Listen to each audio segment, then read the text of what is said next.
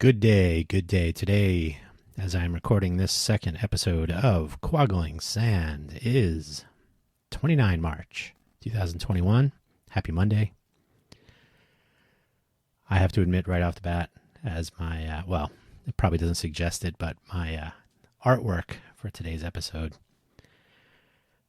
the infamous ship for posterity, a ship that was blocking the Suez Canal, which is probably one of the most crucial shipping lines in the world. If I recall correctly, 400 ships were piled up behind it, waiting to move their wares. There was concern that some ships would need to go outside of that normal shipping route, go around the Horn. Is it the Cape of Good Hope, South Africa? The south tip of Africa. So, as of today, a new word. I like this word, refloated. It was refloated. So good for them. But the blockage, though cleared, did slow things down a little bit. And so, since my first episode included my declaration of a week-long sprint, right after that, I was delayed a little bit. So, and I'll get into why. But I just want to say my sprint schedule is a little bit off. So my sprint goal was to get into a position where I could deploy some websites. Pardon me while I sip some tea. Allergy season is upon us in the Las Vegas area where I currently reside, coming at you from Vegas. So my voice will almost certainly get worse before it gets better in the coming weeks. That said, I wanted to launch, there are 3 podcasts that I'm working on right now: Hugo Floss, Quaggling Sand, this one, and FFS. They all need some sort of an internet presence aside from social media, which is another topic I'll probably touch on a little bit. So I have all kinds of code that I have written. Most recently, some Terraform infrastructure code to set up a multi-account little infrastructure. I know it used to work, but that was around Terraform version 0.11, 11. And now that we're at 0.14.7 or 8, I think, .8, they changed a bunch of things. I tried doing the converter, but I'm never really completely happy with just going with whatever the converter spits out, because you never really know. So part of the reason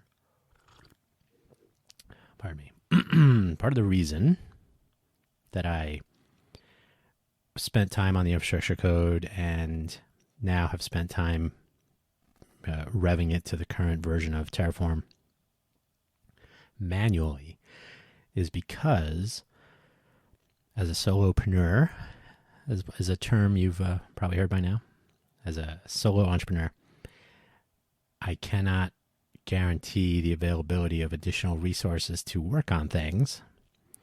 And so while it makes sense to automate and to use existing libraries and tools and whatnot, mostly when it comes to the software I have written, being as familiar with it as possible, not leaving automated code revisions and whatnot to happen with fingers crossed, it just makes me feel a little bit better. So I had moved over the infrastructure, IAC infrastructure as code.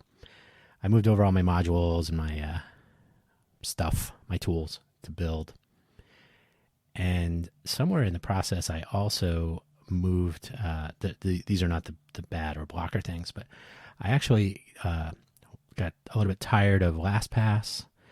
And, well, there's several pieces of software I dumped: Evernote, LastPass, Feedly. I used to love Feedly, but they charge too much money and they don't do anything. I'll get into that in a moment also.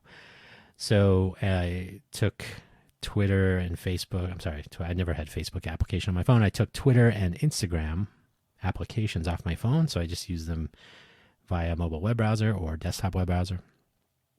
So I migrated all my stuff from LastPass to Bitwarden, but I was thinking I used to use Keybase for transporting the IAM credentials during a Terraform build.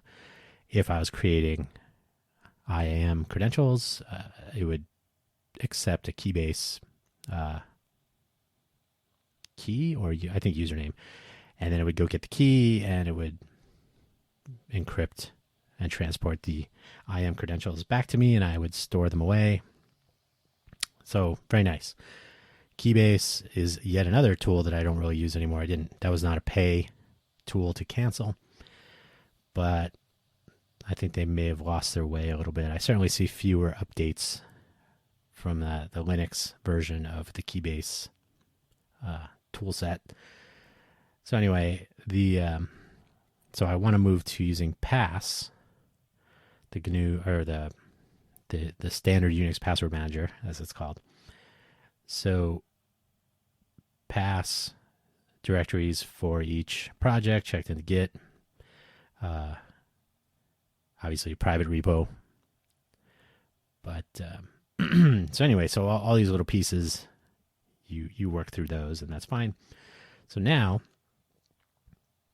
I have a Python-based application layer that I have spent way too long developing. Use Bootstrap on the front because I don't want to spend too much time getting too crazy with front end if I don't have testers, right? So as a launch path, Bootstrap is fine. It gives me a cross-platform tested and basically functional. Basically, there's a big asterisk in here somewhere, but it gives me a way to not worry too much about the front end as I approach needing it. So, but I have this whole Python. Usually, I have not been a big Django, I'm not going to say fan, but I didn't really go that way. I started off back in the Turbo Gears days and CherryPy and Pylons, and now kind of a fan of Pyramid. I have looked at Flask, and I have looked at the new, Fast API as a core platform on which to build web things. But I have this Pyramid stuff. I use Chameleon templates. I have some template infrastructure in place to do hierarchical includes and all that. So those things I'm sort of relying on. I did migrate everything over to Python 3.8. I think I actually migrated it to 3.6 back in like a year ago or something. 6 months ago, maybe. And yeah, it was the summer. So 6 or 8 months ago. And so really, as you may be gathering, I have a whole pile of Legos, which was the inspiration of my first artwork for my first episode of this Quaggling Sand show. And the Quaggling Sand is the nature of everything is going to be a little bit tumultuous. So I have a bunch of pieces, and it's really just integration and deployment. So those are other pieces. And I realized last week 2 things as I sip some tea. By the way, this is Yogi Throat Comfort tea. It's got a bunch of herbs like licorice and bark and a few other things which are not near me at this moment. So we'll see if this works to clear up my throat. Anyway, 2 things I realized last week. One, my entire database model, which was is postgresql. To keep everything modular and keeping with my I want to know how everything works mantra, I built the database standalone, so it's it's all SQL. So I don't have an ORM building tables and queries. I created the table structure. I created there's a schema arrangement so that I have, namespace plus all the features of schema. So I've broken things down into functional blocks and how they connect. And there's I always had developed it for the second thing that I will get to in a moment, but I'd always developed it as sort of a monolithic manner. And this meant that I was doing a lot of copy paste if I was going to use the same database, which was my intent to reuse code. So if I wanted to reuse the database, I would copy the entire database structure into a new project, strip out the parts that were not. I know you're shaking your head right now. Just let me finish. So I would strip out the parts that were not. I would knock away the parts of the marble that were not the statue, right? And then I would start with some other code, some other schema definitions and tables and all that. I use a lot of stored functions. And I will tell you why. I'll tell you why right now. When I was learning PostgreSQL, it was, I'm going to say about 2002. And I had just learned Python.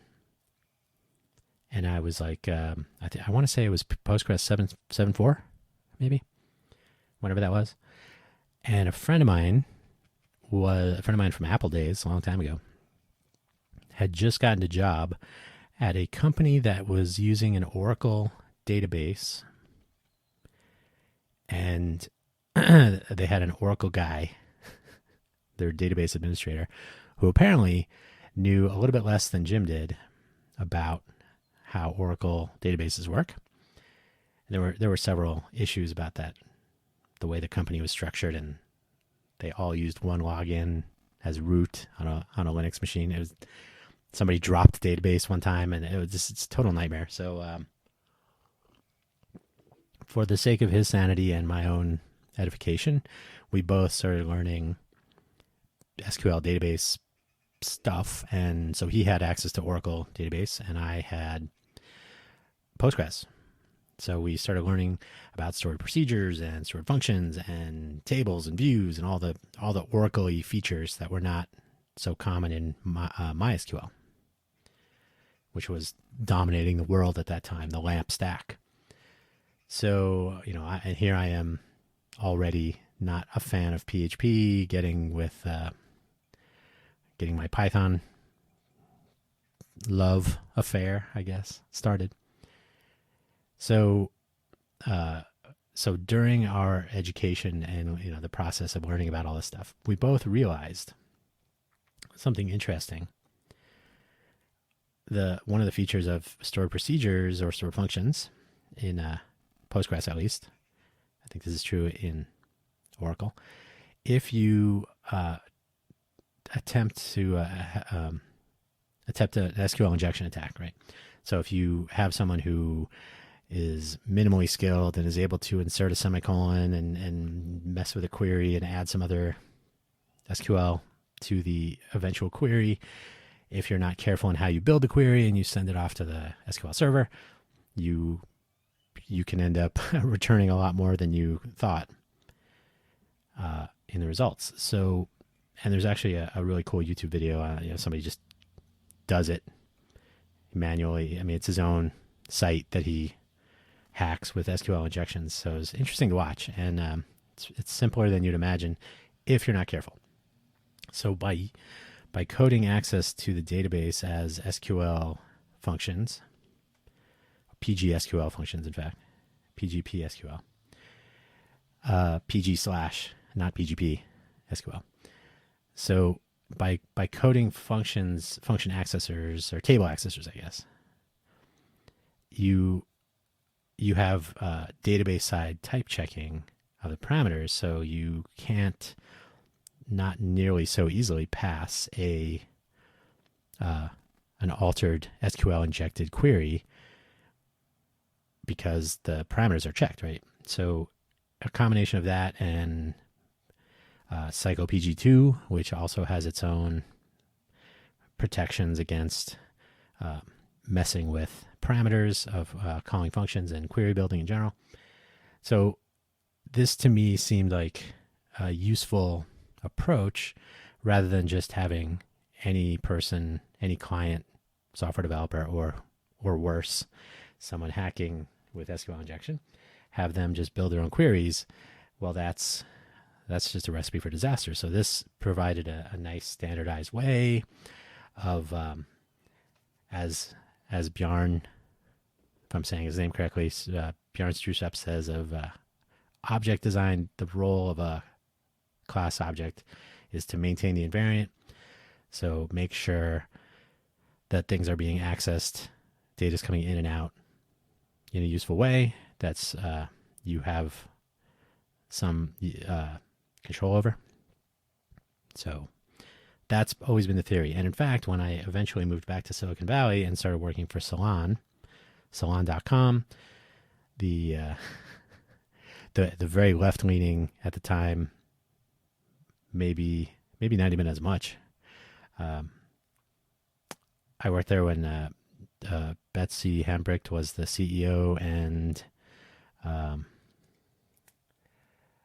Joan Walsh was the editor-in-chief, and an interesting cast of characters and a very interesting culture there. So I joined the company to work on the letters to the editor feature because back then, 2005-ish, there was no sort of everything is commentable, right? So certainly not in the media. So the notion that, the notion that any person could comment on a news article written by a professional journalist and have it appear without editors and letters to the editor being curated was abhorrent to some of the people at Salon, but it was the way things were moving anyway. So Salon was jumping on that, and I started implementing it. Another talk for another day might be some of the joy of regime change and how software architecture and maybe hopeful architecture, what remains, what's glued together and all that. But one of the things I learned there the hard way was when I was working with the accounting people on the subscription services as they pertain to the database and whatnot. They were using PHP MySQL and they had one of their employees who was doing subscription management would actually connect to the database and just start changing values of things like whether someone subscribed or not, or if it was a gift, or if they were already a subscriber and they received a gift. So a lot of manual editing of things. Hopefully you're cringing right now as I did. And there was another issue with the ad service, and let's just say that human priority inversion in action. So very interesting. So all this manual tweaking of database table content, column data, and then no standard view meant that there were times when the accounting people would run, like they told me to do this, and they would sometimes they would just type in a query through MySQL, through PHP MySQL, or they would hope for the best if they were getting automated reports, which they would get like a daily, weekly, monthly subscription analysis. So in my spelunking, I discovered that there were like 5 different places that were generating similar reports or views on data, and they were doing things like running reports now instead of over a specific time interval. They were not necessarily so precise about some of the constraints on the query construction was not consistent. How about that? That's like I can remember that much. So the accounting department of a public company was relying on multiple, not quite similar queries, not constructed well, running against a database that was modifiable without any constraint by a DB admin level human. Well, you can fill in the blanks. So one of the things I took away from that was by having one standard way of accessing your data, you end up with, instead of PHP MySQL hackery, you would select star, say, from a function call with parameters that you would insert, and then any operations that needed to take place would take place in a predictable way, because that code is not being run by humans sitting at PHP MySQL. So as it happens, we were migrating, because we had used PostgresQL for the letters feature. And this is before microservices were a thing, but there was an Oracle database that was running on a machine that literally had to be rebooted every 27 days or something, because it would just stop working. And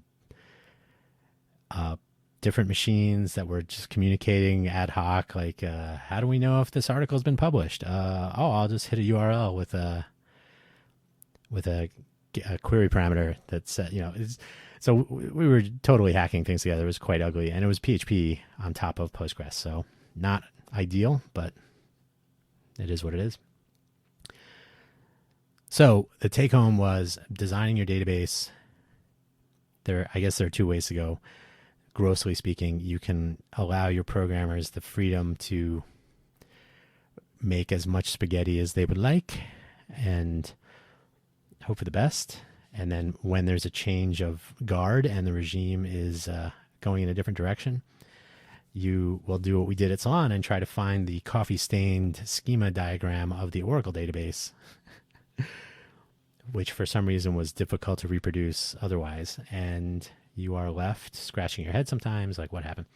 So from these early experiences in my database manipulation career, I guess, I sort of developed these habits of, mapping out the data design, the data model, the design of the database, and then constructing schema and functions, accessors to, at the very least, create, new insert, update, delete, right? So create a new object, update it. And then you could do things like, if these two tables need to have different things manipulated, you can treat like a virtual object as a thing that you would like to create a new one of, or apply an update to. So for the longest time, I had this this two table sort of compound object architecture, where I would put slow changing items in the instance object, and fast changing or often changing columns in the, I called it a revision object at one point, but then an auxiliary object. So basically imagine if you are, if you're creating a blog entry, much of the content will not change, like the user ID of the person that created the entry, the creation date, the where the blog entry should be, grossly speaking, right? So not tags and slugs and whatnot, but just, it's not going to move. So creation date, user ID, a couple other basic pieces of data, but the body of the blog entry, the slug, the URL part with the title in it, the view content, right? So the title, the deck, the byline, all these little pieces, those would be more inclined to change. So I put those in revision. So my thinking was, I can make a fairly complicated set of paired data tables that will change slow and fast, and then I would have history tables.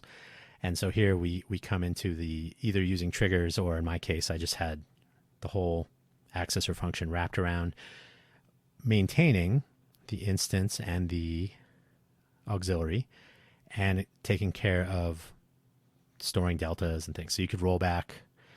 I don't want to use an SQL term. So how about you can undo a change, or you could see who applied a particular change. So then if you start applying that to things like shared articles, right? Multiple bylines, multiple authors. So, or people that are managing a schedule for something. That'll come in handy later. We still haven't gotten to the second item, by the way. So my entire architecture was assuming that there would be multiple users or multiple accessors, maybe a robot, maybe automation, maybe multiple humans, that there would be caching, that there would be history, that there would be some level of undo before a commit. So I have this notion of a stash, maybe some Git influence there. So while you're making changes to a document, you stash it. Right?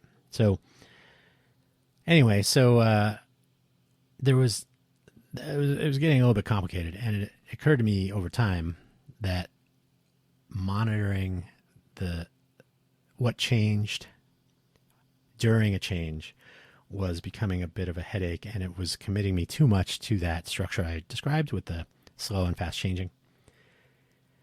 Like, this is starting to, and I found myself like forcing things into that structure.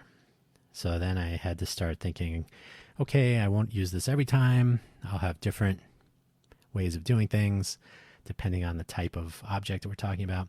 So in this model, there would be,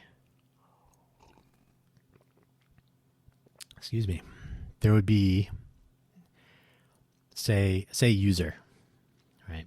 The account schema, user table. There's a user instance with the ID and the basic, username, password, all that. And then there's a revision, user underscore revision. So the partner table in this two table scheme. And it would contain things like user settings, content, profile content, whatever, just things that a user might be in, their vCard, contact information, social media links, all that. So slow and fast. Okay, makes some sense. And then there would be a view called user. So account.user is a join between the two tables, so that the client calling on this just sees a consistent user object. Behind the scenes, different sides of the table are different sides of the two tables are being updated based on the incoming data. So like I said, I found that I was adapting my application of my database to this model rather than the other way around. So it got to be a little frustrating that I felt like I was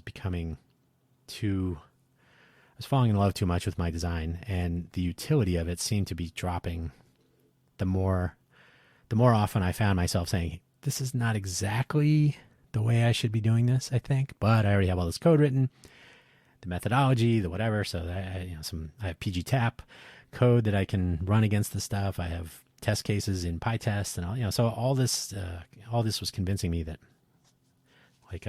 just stick with it.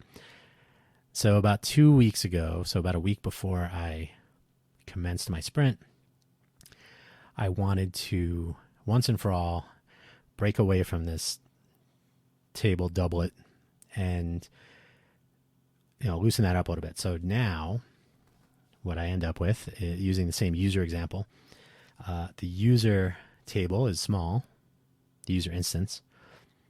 So again, ID, user ID, primary key, and minimal information. And then there is no revision table. Now we break up particular related data. Relational database, I know, crazy. There's still the notion of this revisionist or revision or auxiliary style thinking, but it's soft instead of hard. So that is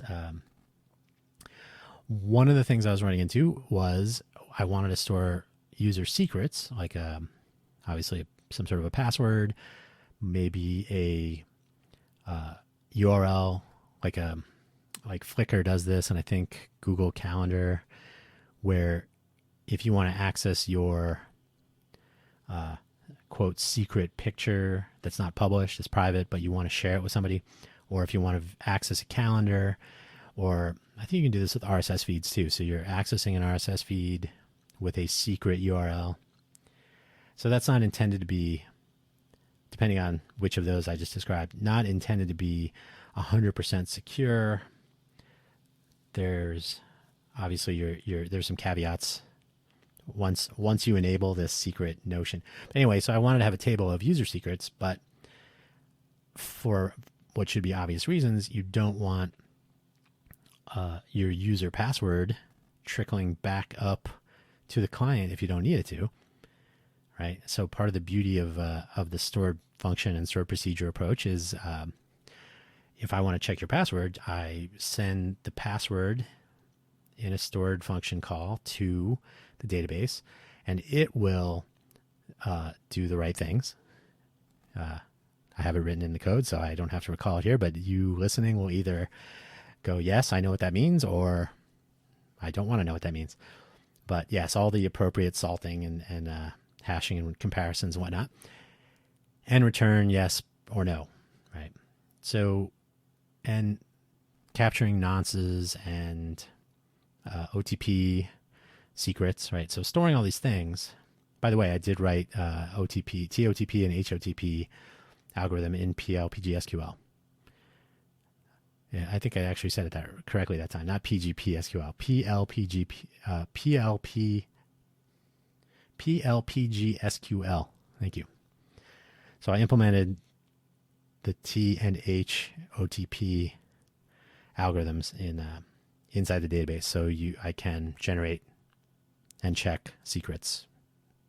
And once again, this keeps client code. I mean, I don't need to use those, but it keeps the client side of things away from re-implementing in a different way should there ever be a case where I have like another person working on code or whatever the case is. Anyway, so in my two table model, having a password table meant like, okay, I don't want to have the password column in a view with other secrets, so I'll create a separate table like user auth with password, but then, okay, now I don't need the revision table, so I can do this in one table instead of two. Well, so then you start getting into the special case nightmare.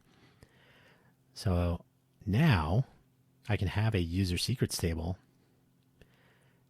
and I can return, I don't have to return the password column, but so it's still isolated behind stored procedure and functions, but I can create a view of just the columns I want. Now I could have done this in the other case, which I did, right? So you have a view on the table that is doesn't have the secret that you don't always want to share every single comment, obviously, in a view. So I would be specific about not including those columns. But again, because of I sort of had this default architecture in mind, it meant, okay, all of my stored procedures and functions are no longer going to have, so for testing especially, you call a function with a set of data. So create a new user, you're going to have a incoming password. And then when you get that data back, you're not going to have the password. So that meant testing was a little bit tricky. So, and the list goes on, right? So I started getting the invariant problem was, I need to spend a lot more time checking these things when what I should do is just have a completely separate secret table that is linked to the user, foreign keys, that's what those are for, which I did use in the revision table. But you connect these smaller tables that are less generic. They're always going to be somewhat specific, right? But so getting away from that the ordained architecture, like I don't need to do this. Let's keep it flexible. In addition, along the way, I had learned the power and maybe not so great uses of the SQL-like in constructing tables for Postgres.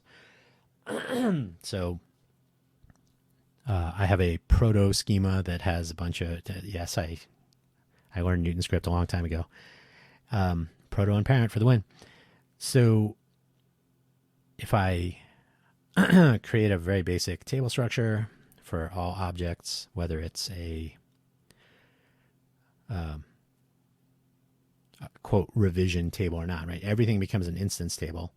So everything has a primary ID key, a primary ID, and everything can be linked to whatever, right? You can join anything to anything.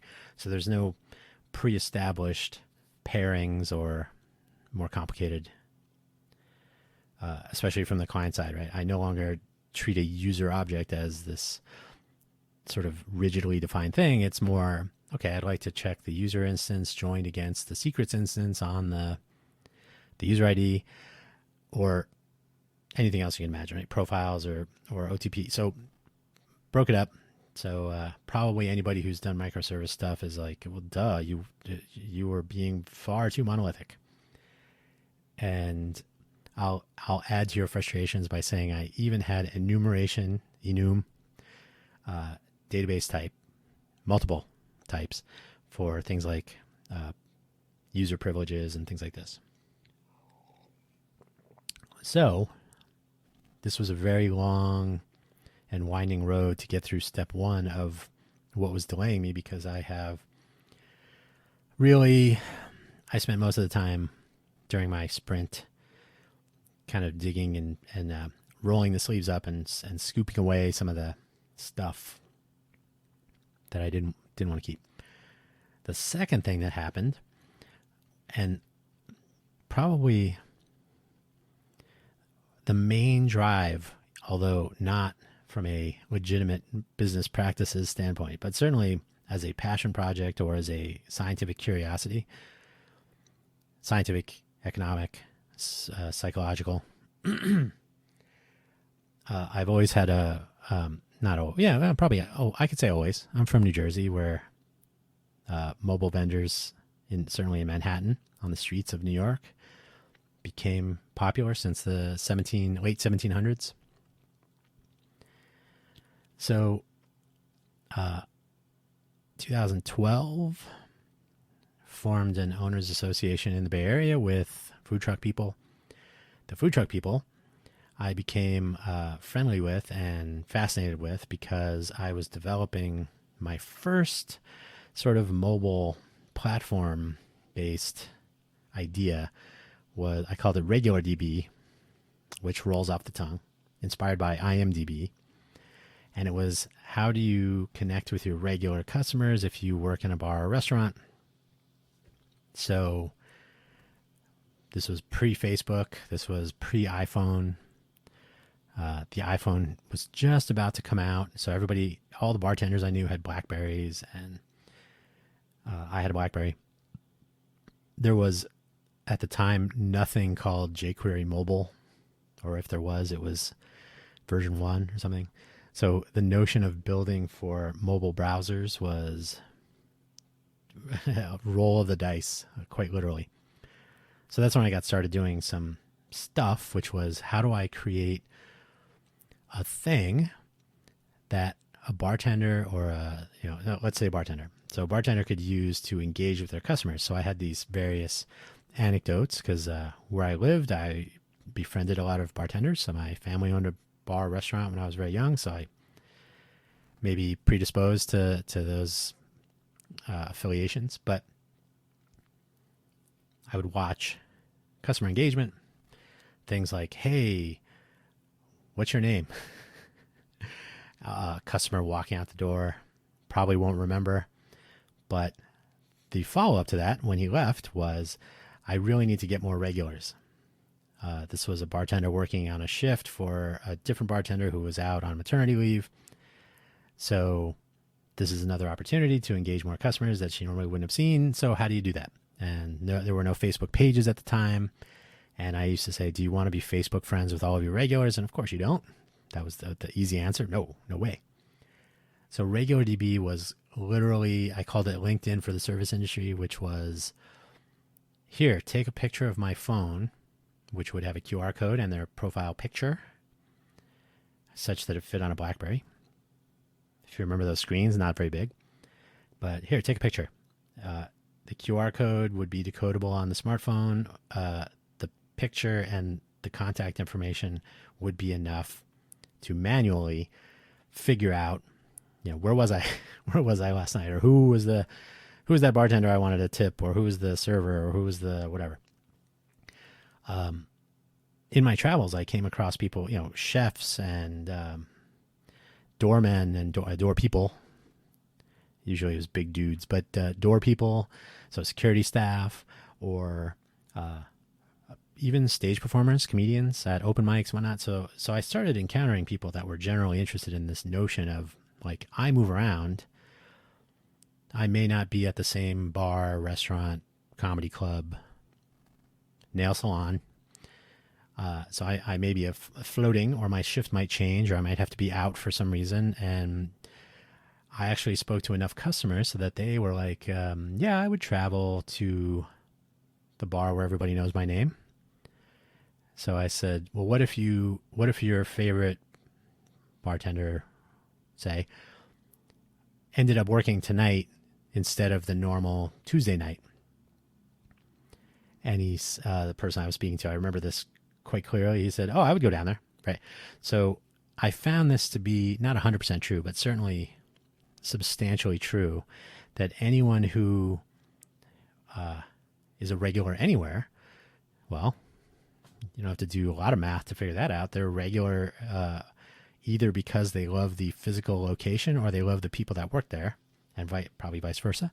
And so there's an affinity that people develop for their favorite fill in the blank, right? Bartender, server, barista, whoever. At one point, I did an informal survey, a substantial number of phone calls during the day or early evening hours to smaller bars were, who's working, right? So, and then the connection I was making was hyper-local advertising was the buzzword that year. So, hey, I don't want to charge the bartender who's, looking for the tips and whatnot. How about if I pay for this with the business owners advertising to the people like I described earlier who will enter a locality because their favorite service industry folks are working, right? So hyperlocal, mobile application, service industry, all these interesting ideas gelling together until one day, I'm trying to remember, I can't remember who it was, but somebody, because I actually got a lot of support from bartender community. Like, they were interested in trying out new ideas, and they were they were fascinated. In some cases, like, wow, this is. So one day, I don't remember who it was. You wouldn't know anyway. Somebody says to me, I don't really have trouble with people. They come here. There's not. People aren't wandering around the city looking for a place to go, and then this will solve the problem. So it wasn't earth shattering and soul crushing or anything like that, but it was basically like the bar scene is not always. I mean, not always. Sometimes it is. Sometimes there's a bartender sitting there watching TV, waiting for the customer to come in. Sometimes there's somebody working at a nail salon who is waiting, or somebody at a barbershop. Nobody's sitting in the chair, and maybe your regular customer would say, "Oh, I didn't know you were working today. I would shoot down there and get my, you gotta fix my taper or whatever, right?" So the take home though was that because not all of the people I was attempting to work with were entrepreneurial, they were sort of left to whatever marketing. And this is, again, before Facebook really took off. Twitter was more commonly used. There was no Instagram. So, you reach out to your customers by tweeting like, hey, I'm working tonight. If anybody wants to come by and keep me company, or hey, I have available appointments, right? And you see that on Instagram now with,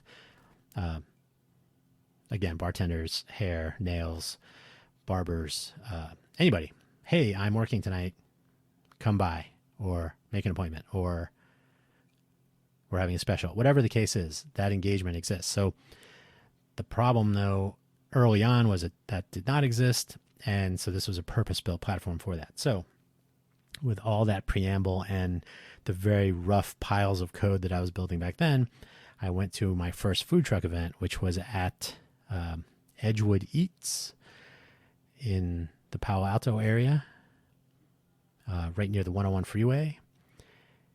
And I was hooked. I had certainly been to food trucks or mobile vendors before. No shortage of pretzels and Italian ices on the streets of New York, as I mentioned. But here I am at a mobile vending event in a little parking lot in a shopping, like a grocery store shopping center, small.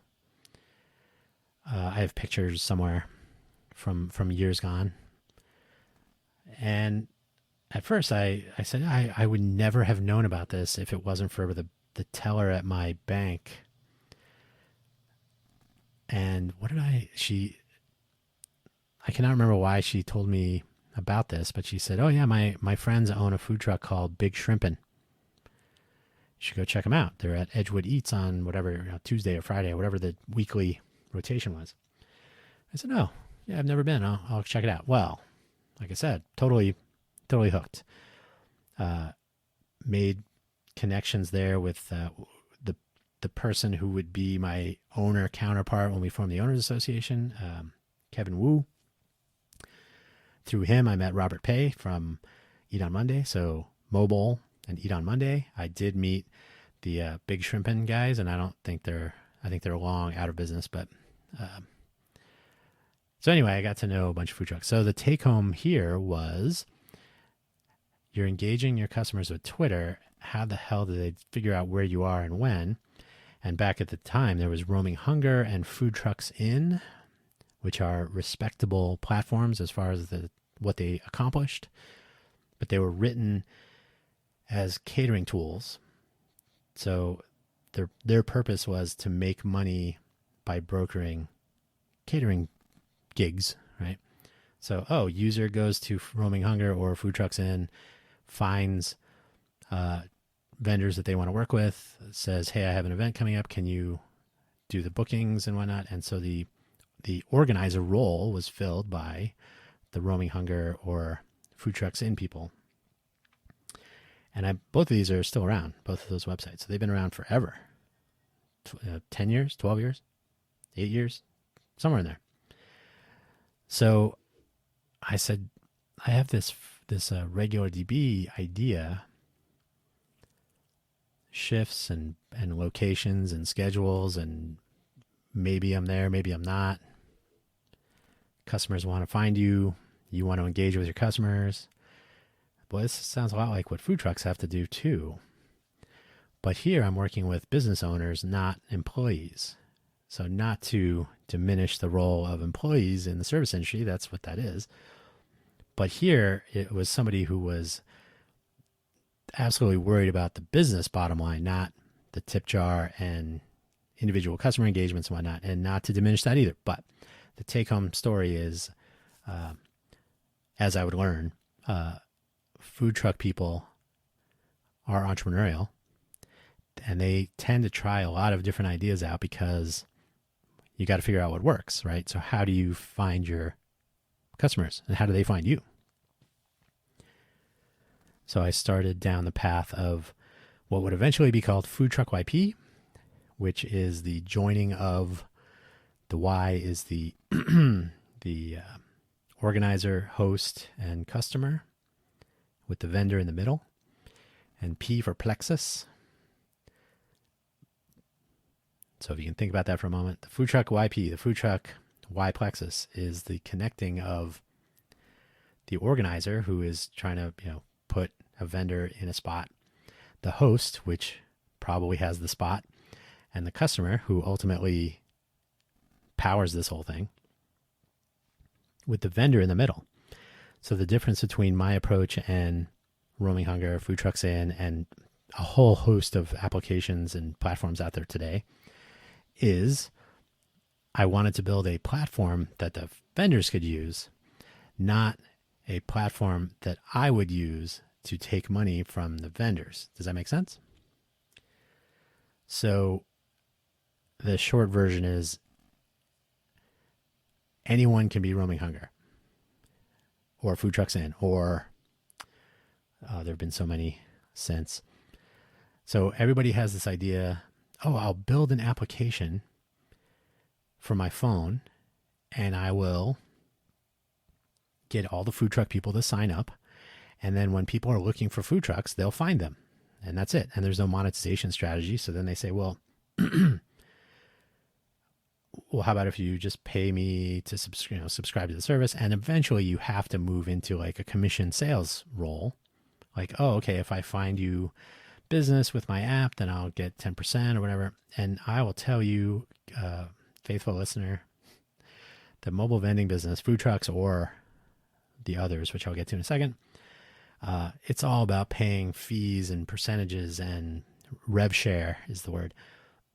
So how much do I have to pay for my business license, my any health department fees, any modifications to meet new rules like vent hoods and fire extinguishers and generators, and the list goes on and on and on and on. And it is ridiculous.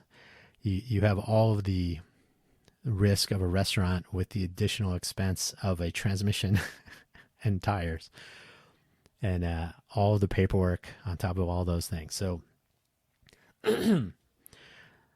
so anywhere you can cut 10%, 5%, 2%, credit card fees, even that was something that people wanted to avoid. Who doesn't? But, you're missing out on potential sales because you don't want to take credit cards. I don't want to pay the 2.9% plus 30 cents or whatever it was.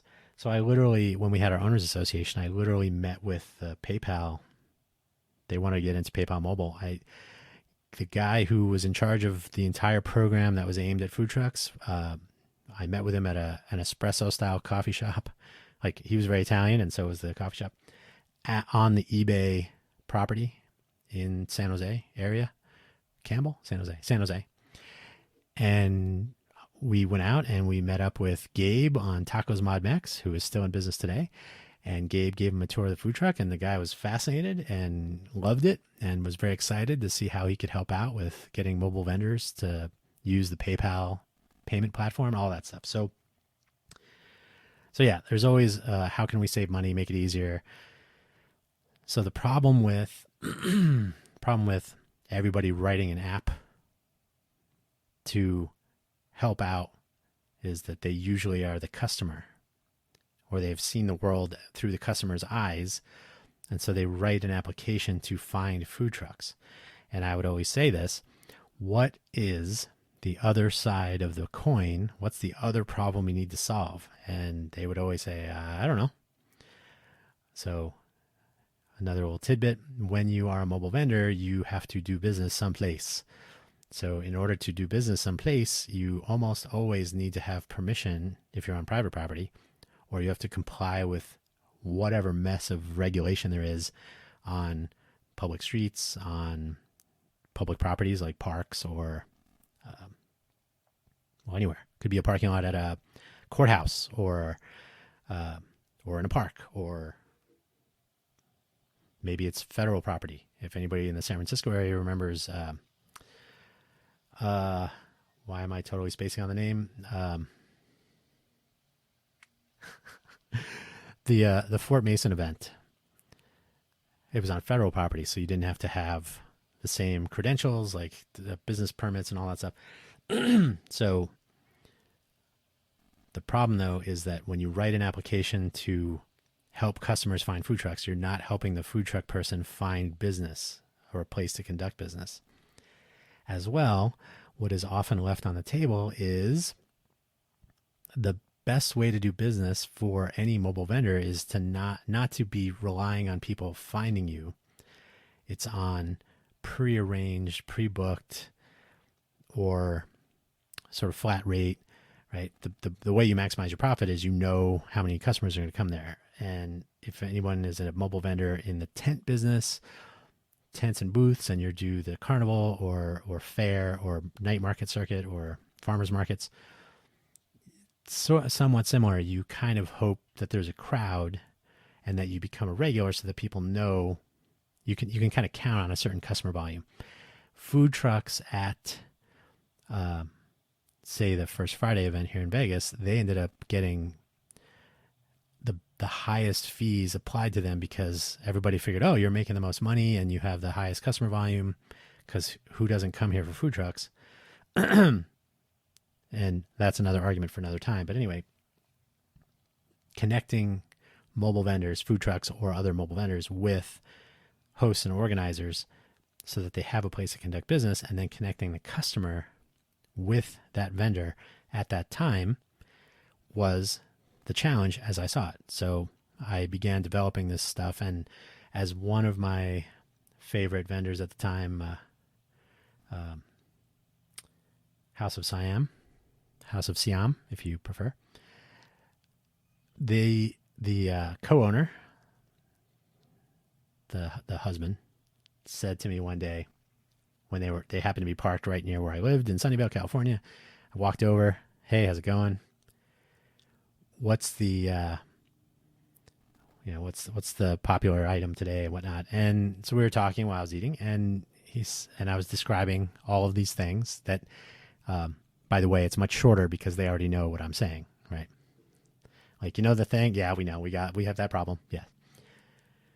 He said something very seminal, which was what probably shaped the bigger part of my business plan from that point until Maker Faire New York. So what he said to me was this: do I need to keep entering my schedule in every app that comes out? Like, do I have to enter my schedule in your thing and then the other thing? And I said, no.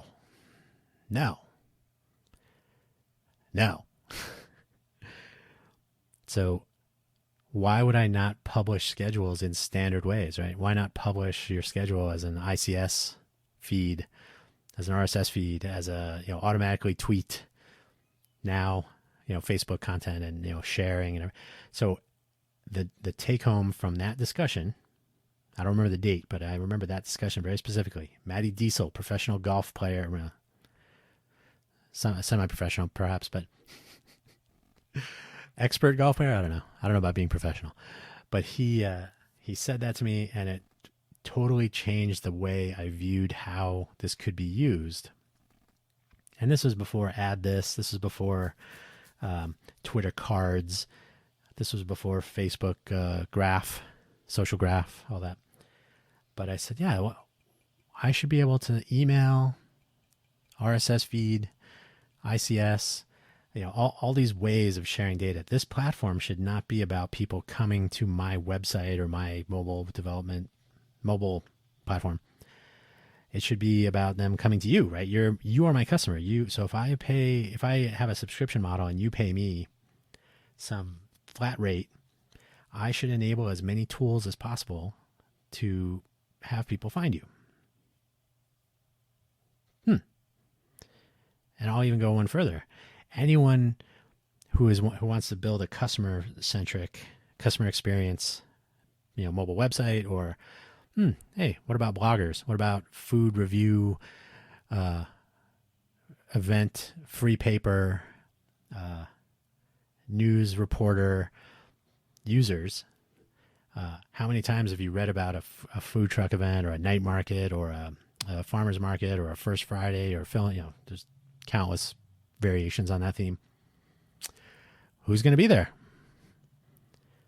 Reminds me of that bar phone call question. So yeah, who's going to be there? Is it my favorite? Is it a new one that I've never heard of? Where is it? Who's going to be there? Do I have to pay? I read about it in the free paper that comes out. Here we have the Las Vegas Weekly. Oh, look, it shows, it shows 2 food trucks and others. That doesn't really help me. And it misspelled the name. So I can't even really search for them properly. And then, the food truck owner doesn't have time to have a website, so that's not current. I find them on Instagram. And one of my favorites was Twister Truck, which made these kind of cool cone, they were twister cones with food in them. They're pretty good. And Twisted Chill, which was a frozen yogurt truck, also ice cream, but had yogurt machines on the front, on the outside, on the side. And Twisted Chill, Twister, always confused because the Twitter handles were very similar. So the frustrating thing for anybody who's a fan or who wants to be supportive, and I'm not talking about just food trucks, still talking about any mobile vendor, is if you're relying on the media to spell your name correctly or even include you in the list of participants, right? Because I'll tell you, go to a food truck event or a night market, go there the day before, take a picture, and then go to the night market and take a picture and compare them. Those people are not there for the empty parking lot or the empty field or the park, the schoolyard, right? They're there because the mobile vendors have enabled this event. So the take home was, how do I make a purpose-built platform that addresses these shortcomings? Because Roaming Hunger doesn't do that. Food Trucks In doesn't do that. Nothing I've seen is purpose-built for mobile vending to do all the things that you need to do, right? Which is coordinate between the organizers, the hosts, the customers, who's going to be there, how do I find them, what are they going to be serving? Because I don't know if you know this, listener, but sometimes the menus change per day, even within a day. Oftentimes things sell out. Nowadays there's zero-touch service, there's pickup, there's order ahead, there's delivery, which that's a whole nother discussion about a broken business model for mobile vendors. But the take home is that the terrain is always changing, and the brick and mortar businesses stuck in the ground have suffered a lot, as we've all been hearing for the last year.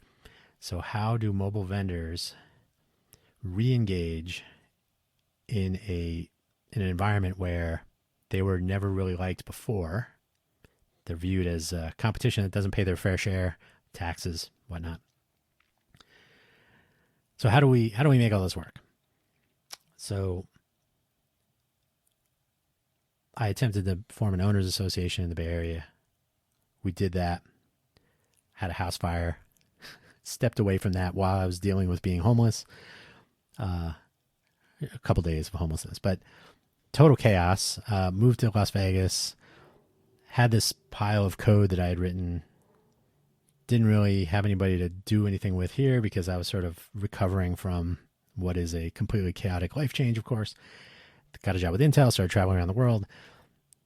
Ran into mobile vendors in different parts of the world. They all have the same problem. So maybe I should revisit this. And it's always been just out of reach.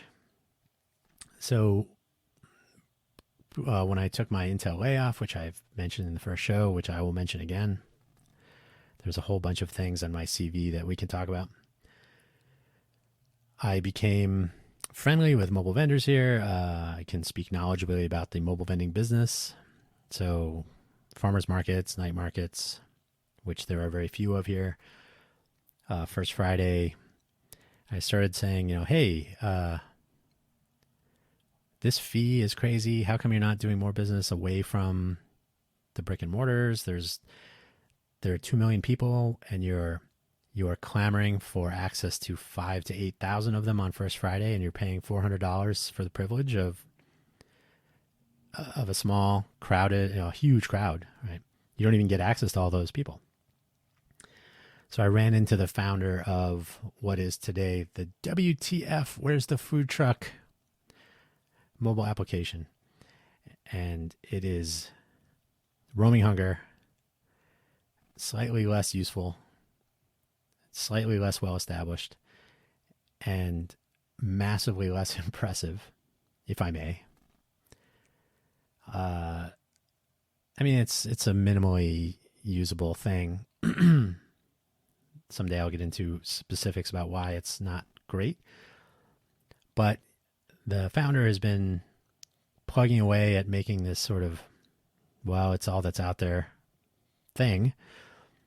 And so mobile vendors are either frustrated by it and they don't use it, or they use it because it's the only thing out there. And they do find people business. So in exchange for some commission or some, however, whatever the case is per event, they basically have a business broker doing some work for them. And this mobile platform that is very old, it's not at all modern, keeping with the times. Yes, it runs on a mobile device, but last week I noticed that this application has been doing some crowdfunding, and the last day of crowdfunding will be the 31st of March, which is in 2 days' time. So the bell went off in my head that said, why have I not taken this platform that I spent all this time on and brought it up to snuff, so to speak, and deployed it? As I've already described, I have all these pieces. I have thought this through. I've written articles on the game theory of mobile vending, of groups versus individual mobile vendors, of prepaid events versus door open, how you can identify where your markets are, and better decision making because of more information, right? So there's a whole host of I said before, the science and the economics and the psychology. So there's all of these components that come into play when your business is not where you left it, or when a customer says, "Hey, my favorite Hawaii cuisine mobile vendor was right here yesterday. Where are they today? How do I find them? Are you the two most common questions? Are you going to be here tomorrow? And how do I find you?" And the answer, unfortunately, usually settles down to Instagram. Find us on Instagram. So these are platforms that are optimized for sales, right? So Instagram really wants you to click on something that will lead to a commissionable sale, right? So it's become a sale platform. Same with Facebook. They want paid ads. And so who knows who is seeing your event announcement? Who knows when they'll see it? These are all out of order platforms. So I frequently will see announcements about food truck events the day after. And similarly, Facebook wants you to come to Facebook. Instagram wants you to come to Instagram. Twitter wants you to come to Twitter. They're making it more difficult, although Twitter not impossible, Instagram not quite so difficult, but generally speaking, they're not geared towards getting the word out. They're geared towards bringing the users in. And as I mentioned earlier, thanks to Maddie Diesel, my view on this, like, what's the utility of this platform I'm thinking about and architecting and building eventually and almost deploying until I had a house fire. So as a vendor, I want to make sure people know where I am, and I want to make sure that people who might want me to come to their other events know where I am, so they can come and try my whatever, whether it's food or wares or services, whatever you are mobile business conducting, you are undertaking. My grammar's going out the window. So when you are engaging with your customers at the window or at the cash register, you are doing sales, but you also have to do some marketing, right? Not only to those people for your next event, your next undertaking, but where is the next undertaking? And so, like I said earlier, the other side of that coin, not only do I need my customers to find me, the other side of that coin is, where am I going to do business again? Regular recurring events are great because people can find you more easily. But if you rely on that and something happens, now you gotta hustle. So here, it's the creation of a marketplace. It's the creation of a cancellation marketplace, which is a finer point. It's the ability to share event information. It's the ability to schedule multiple vendors over multiple days, right? And this came from, I wish I could remember Vicky's last name, but Vicky from Best Beverage Catering, which is a national big company. They'll do, well, I mentioned Maker Faire New York in Queens at the Science Center. I can't remember what the name. It's where the Maker Faire is. It's right next to Flushing Meadows, where the World's Fair was, where the giant steel globe is, where the Men in Black ending is, with the spaceships on the towers and all that. So it's right there, right next door. I was speaking to Vicky about, how does Best Beverage coordinate this event, which had multiple vendors of multiple types: tents, booth, cart, truck, food, not food. She said, "Oh, email, spreadsheet. It's kind of a mess." So actually, I had a phone call with her, and how does this work? And could this fit together? Because she actually said to me at one point, "Oh, it's too bad you don't do all the vendors."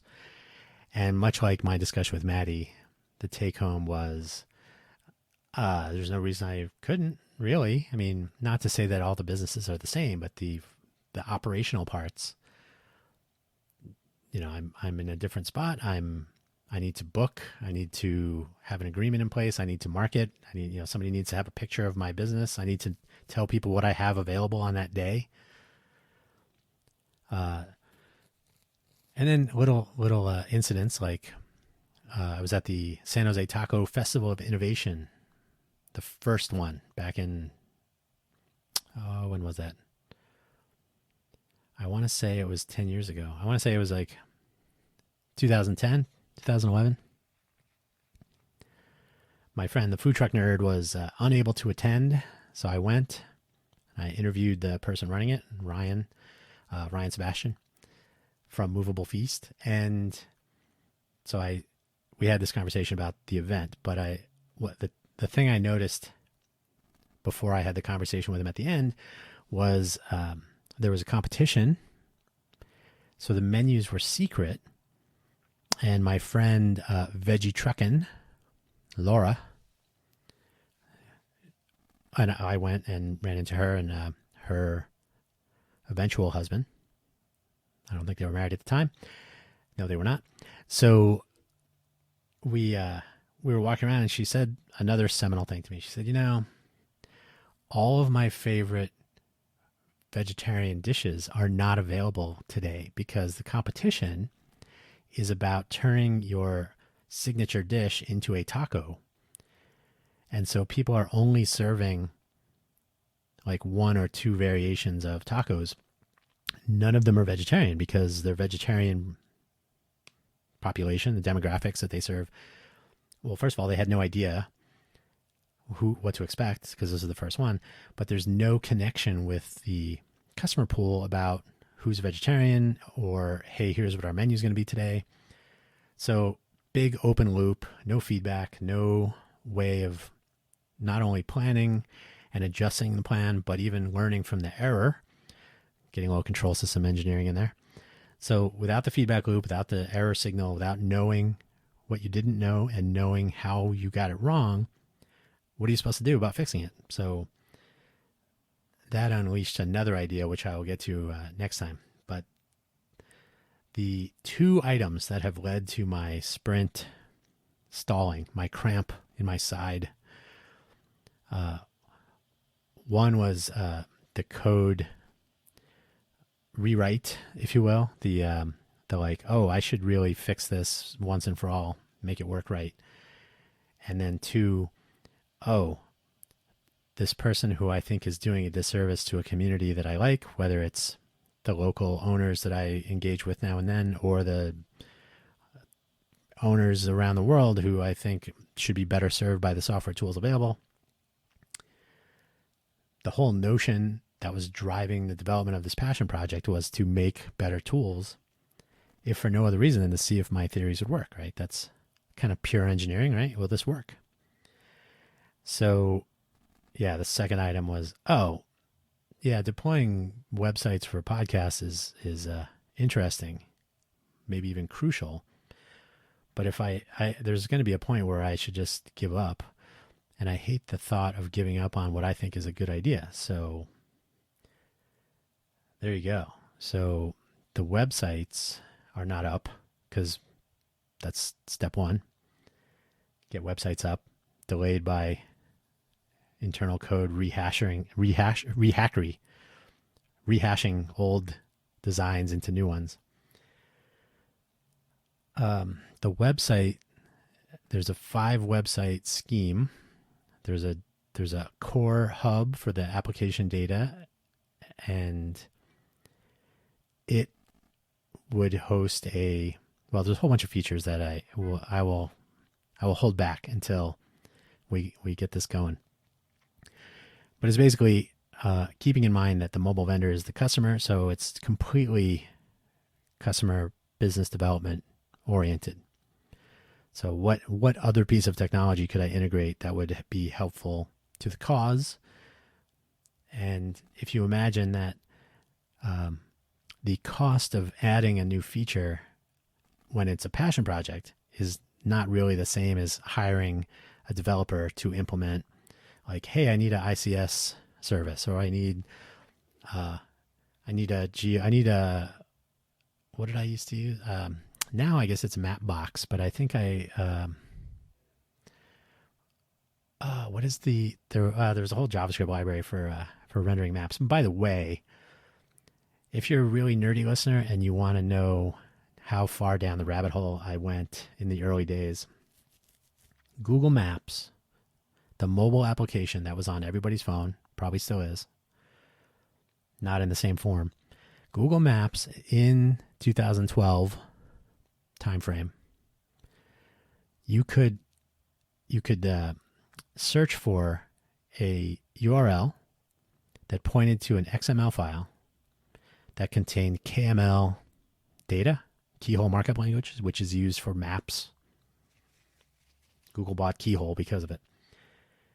It's still used on Google Earth, but if you can imagine the Google Maps application on every mobile device at the time, right? It was becoming the big thing. I could give you, in social media or wherever, I give you a URL that you would, I think the intents were such that a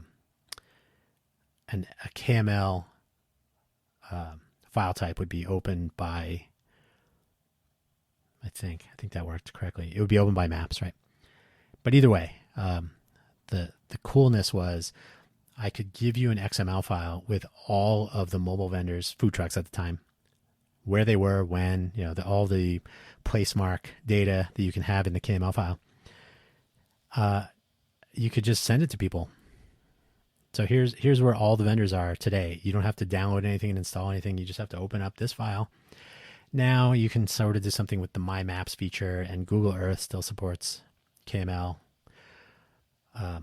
They stripped out KML support from Google Maps, as far as I'm aware. So that was a big bummer.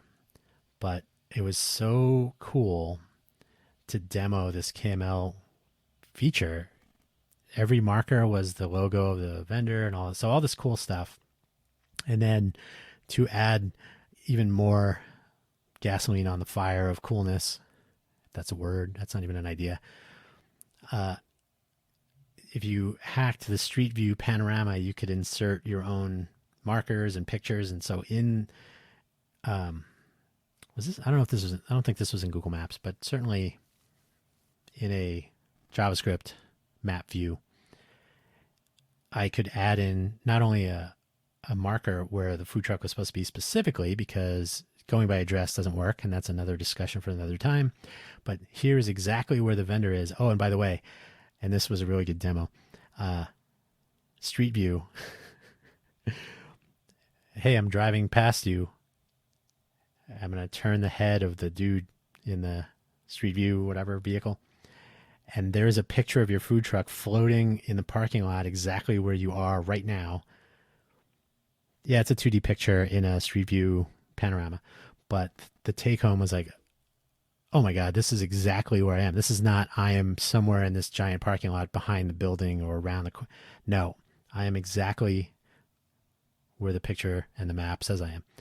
So that was kind of cool stuff. So I'm really struggling to remember the name of that library. So it's light something feather. Anyway, so JavaScript, maps, ICS. So rather than having someone come in and write code for this stuff, it's been all me. So I ideate and I sometimes innovate, and then implementation comes last, unfortunately, and it has taken far too long with 2 lifetimes worth of distraction. And after a year of pandemic isolation, growing my potatoes as would a Martian astronaut, you would think I would have like tons of code written and all that, but yet more distraction, which will be topics for another day. A different startup idea that is very cool, but may not get off the top dead center. And now podcasts that need websites and infrastructure code that needs to be retested and deployed and HTML that needs to be designed. So many hats, many hats. No, I will not make a reference to 500 hats. That's a different story with a weird twist. And then obviously the badness that it resulted from. Off topic. Anyway, so the next time you hear from me, I will have to have had something deployed, because otherwise, why bother continuing to repolish the same code that's essentially releasable? Well, right now it's not. I've deconstructed everything, and I've broken things down into modules that I can use in other projects rather than doing the copy paste, strip out, recode, rewrite, more copy paste. That's just a mess. So modularized, simpler table structures, a nice consistent build system, and my IAC code seems to work. And then front end, that will always be a work in progress. But ultimately, if my core server, FTYP, which I did not mention, and then the 4 satellite sites, which are basically portals on the center data. So food truck, food tent, fair with an E, like Maker Fair, from whence the inspiration for the cross vendor type came. Vicky, best beverage. So if I don't get this off the ground, then it will have been a lifetime of education and interaction with hundreds or maybe even thousands of vendors all over the world in my travels. Certainly countless calories spent thinking about it, and keystrokes spent innovating. So the time has to be here. And that is where things are. And much like the ship on the Suez Canal, the rising tide will lift all boats, as I've been heard to say. And so I would like to build this platform that will give these business people, entrepreneurs, a nice playing field, level or not, heading into what we all hope is a recovery from this crazy 1 year, not calendar year, but 12 months of total chaos, which has done nothing to help the small business person other than challenge every aspect of their motivation and strength, courage. So, on that note, thank you so much for listening, and do remember that I have another podcast. You're probably listening to this on Anchor, and that will continue.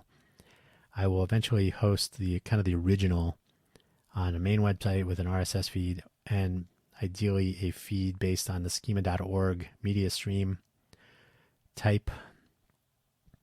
Again, another story. But by the way, there's no mobile event schema.org type. Item scope, all that. Something to think about.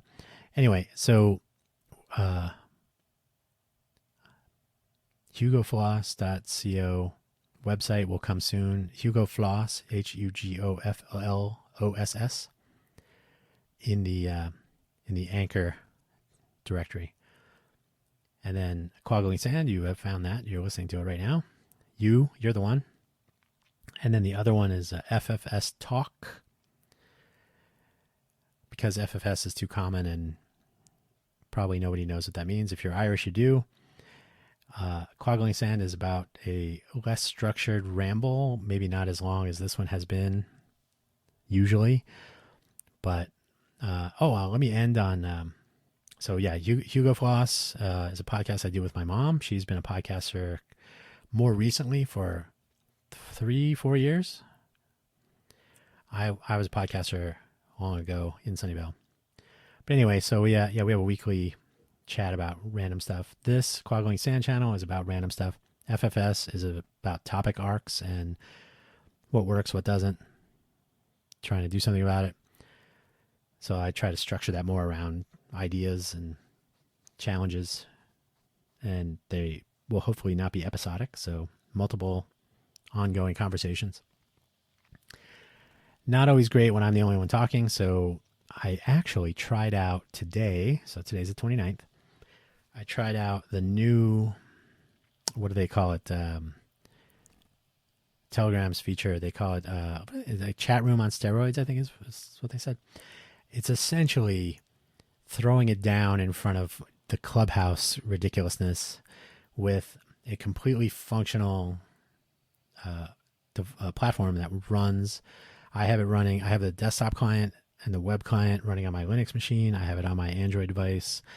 They're already available on iPhones as well. You can, run it in a browser, or you can have the desktop application on your Mac, Windows, Linux.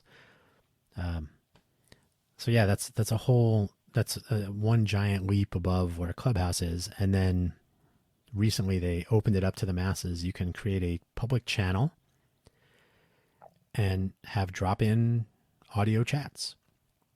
So we did that today, a Hugo Floss test, and it was fine. So if anyone from the good old days will remember the My Mom test. So my mom was completely able to use it, so that's a good sign. Although she's pretty technically adept, so she takes after me. But what I would like to do moving forward is to enable more live, interactive, interesting conversations very clearly when my mobile vending platform spins up and the gears begin to slowly but very deliberately spin. Certainly there will be some discussion, some live and exciting discussion to be had. And if you are not down with Telegram, there's hopefully we'll have the web side of it. So, or as well, the Matrix server has a bridge to Telegram, and I will ultimately integrate a Synapse server probably into some of the things I'm working on to enable live communication in private chat rooms. So maybe Telegram will be a temporary, we'll see how it goes. But at the end of the day, I would really like to turn the world away from something dumb like Clubhouse and use a platform that's more open, more cross-platform already, easy to use, all the nice things. And so I will get that rolling once I get the website up. So once I get the FTYP platform deployed, which means finishing up some Legos and re-sticking them together into a functioning, cool-looking building and climbing to the top of it and grabbing airplanes. But that's another story entirely. Thank you very much for listening. My voice has held up as best it could for what looks to be just under 90 minutes of rambling, reminiscing about the passion project that started life as Food Truck YP and has grown without any sort of restraint into the chaos yet coolness that it could be any day now.